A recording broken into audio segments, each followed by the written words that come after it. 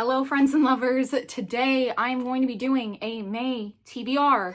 I haven't done TBR all year, I've been all over the place. If you've been watching my vlogs, you know that I have been on quite the journey this year, but I think I'm ready for a little bit more not challenge, but maybe some guided reading. I keep not getting to the things I want to get to, and I keep feeling like I'm in this rut. We're just gonna try. And I didn't put that many books on my TBR because I know I kind of need a little bit of freedom. I like to get to what I want to get to when I want to get to it, you know? And last month I actually finally, she finally got to 16 books in a month. And so that's a pretty good Jana number. I will take it. And we haven't been hitting big this year. I am behind on my reading goal by 4 books. Crazy. You know, no one could have predicted my downfall, but you know, some have been praying for it, but we will get back at them. So for the month of May, I have about 8 books I want to get to. Let's start off with my ARC. So I've applied to all of 2 ARC teams. I didn't think I made it to this one, but I did. Thank you, Elle. I read her Gods of Tomorrow series, which is a dark romance, lots of trigger warnings. One is about a blood cult. If you could figure out how to fall in love in a blood cult, you can do anything you set your mind to. So I have been really looking forward to her new book, and this is going to be Runaways. So this is going to be an MMF bully romance. So, you know, I have not been in my bully romance bag in the last few years, but I find myself, you know, coming back to it. It's just so out there. It's just so much fun. I feel like that's weird to say when I'm talking about bullying, but sometimes it's hot, guys. Look, I don't make the rules. I don't make the rules. This is a friends to enemies to lovers situation, but she's run away from their hometown, and I think the 2 of them end up tracking her down and want to get some revenge on her. And I don't know what the revenge is for, but I look forward to finding out. I'm basically going to start this the moment I am done filming this video. Because I was taking notes for this video, and I got the email with the book. And I was like, okay, say less, Elle. I will change my whole life for you. Thank you. And also in the month of May is the Mafia Romance Readathon, put on by Jen from the Book Refuge. And I try to take part every year just as an excuse to pick up some Mafia romance. I used to be way more into the Mafia romance genre. I am a big, you know, lover of Captor Captive. I feel like what a lot of people love about billionaire romances is what I love about Mafia romances. And that is the brooding hero who is not in touch with his emotions and learns the power of love. You know, but I love it when they do it with a little bit of murder. I do not know what happened, but for some reason I made no sense when I was describing this book. So we're going to try again from editing Jana's point of view. So first book that I wanted to mention for the Mafia Romance Readathon was Power by Victoria Woods. It is AAPI Heritage Month. I wanted to make sure that if I was doing any vlogs this month that I included an Asian author. So I reached out on Threads and I was like, hey, does anyone know if there's any Asian Mafia romances? And Victoria reached out to me and she told me about this. So it is on KU. So I picked it up there. I'm already 2 chapters in and I'm having a good time so far.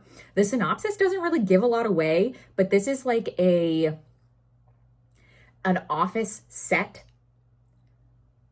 Mafia romance. The Sethi brothers, they are criminal masterminds, but are also in the tech world because, you know, it's a little too realistic to our time, but the author did write it in 2020. But I was like, oh, this is very pointed in, you know, this time. All of the male love interests in this series are all Indian men. And so I super appreciate that because I don't think I've read a single Mafia that had an Asian man in it.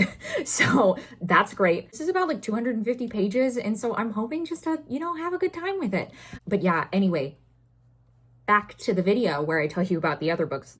And then I think you've heard me mention this series a billion times, but I have been working my way through The Perfectly Imperfect series by Neva Ache, and I am finally on book 9. There is 10, so we are almost there. Apparently, she did originally say there was going to be 12, so I don't know if those ones are still coming. She did already start the second generation books though, so like maybe they're over, I don't know.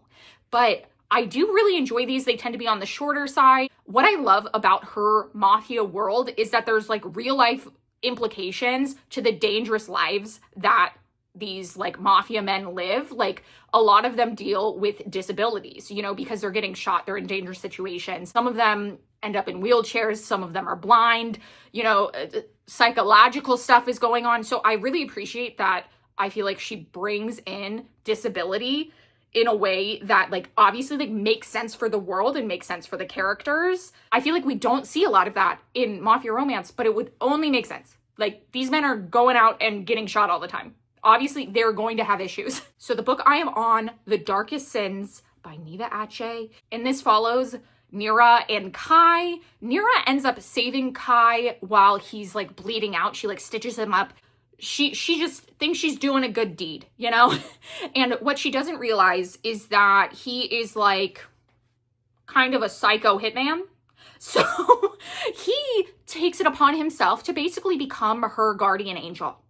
And you know, what fun could transpire when a guy who's not afraid to kill some people is protecting you. So she gets a little, you know, over her head. I think this is going to be a really fun read. I think there's probably going to be a lot of angst, tension, and like just like psycho hero goodness. And so I am looking forward to that. And hopefully I can wrap out that series soon so you can stop hearing me talk about it for another year in all of my videos. And then my next one, I will say, this is on my list because I am a lover of the mafia romance genre. And this is a very popular one. Sometimes very popular ones are very hit or miss for me because I feel like what I love in a mafia romance isn't always what's super popular. So this one is about obviously an unhinged man who's obsessed with a naive virginal heroine. I know, we're all thinking it. This is Nero by S.J. Tilly. This I've seen everywhere. I have seen varying degrees of people loving it, people not loving it, you know, everything. I am a little worried about this one for me, so it is a potential DNF, but I do want to try it, so that way, you know, I can move it off my TBR if I am not interested in this author, but I do want to pick this up, and I saw that it's actually, like, fairly short. Shouldn't take up too much space if I do read it. Those are the 3 books for the Mafia Romance Readathon, and then I also spun 3 books using my friend Emily's TBR prompt wheel. Emily is, of course, one of my bestest friends, and she is constantly making wheels, and we thank her for this. So thank you, Emily, and here we go. So for the first one, we have, okay, an award-winning book. This was a little hard for me to decide because I'm not really a book award person, but you know, the Goodreads Choice Awards are awards. So I'm going with their winner for the Goodreads Choice Awards fiction pick for 2024, and that's The Wedding People. So The Wedding People follows a girl who goes to stay at this like kind of swanky hotel, and she gets mistaken as like one of the wedding people. So the people who work there like think she's part of this wedding party, and so she kind of like ends up being a part of this wedding and somehow becomes like the bride's confidant over this wedding weekend.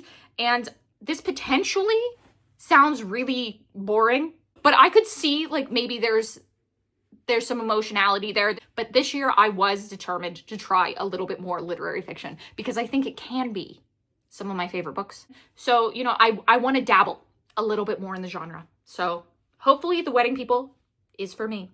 I do have some friends who absolutely love it, so I'm going to trust them here. Let's spin the next wheel.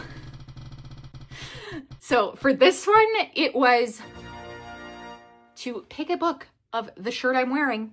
So I did take to my KU TBR list, which is never ending and very scary to open, but I did it, and I opened it, and I looked, and then I was like, perfect. Why don't I find not only one that matches my shirt, but let's find another Asian author to put on my TBR. So I found Victoria Lum. So this is actually a new book that I added to my TBR. I don't remember why I added it, because honestly, on Instagram, I am constantly going through people's stories, and if they love something, I just add it, you know?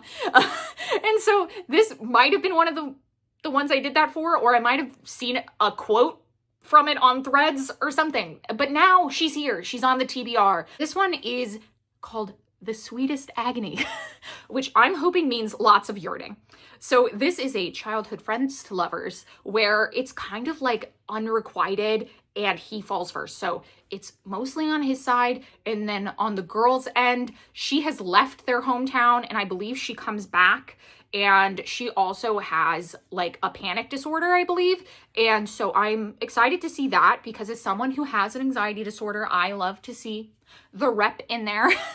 So hopefully, you know, I can relate, but this sounds like it's going to be, you know, maybe a little angsty, maybe yearning, a little agony, you know, just things I love in my contemporary romance novels.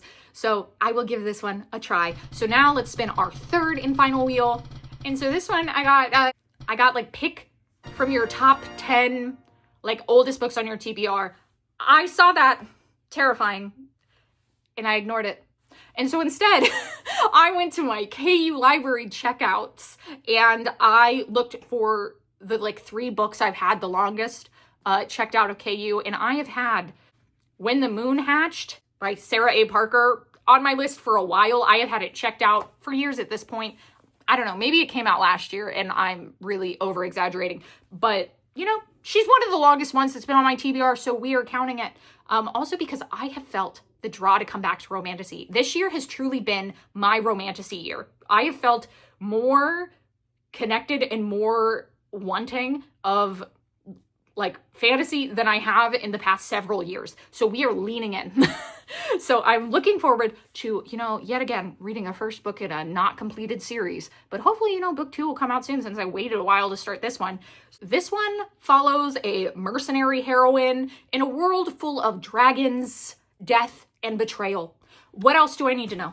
You know, I'm very interested to see how the dragons play out in this one. If I understand, like, the dragons left when the heroine's people like were being like defeated by, I'm sure, their great enemy, and they became the moon. So I don't know, the moon and egg?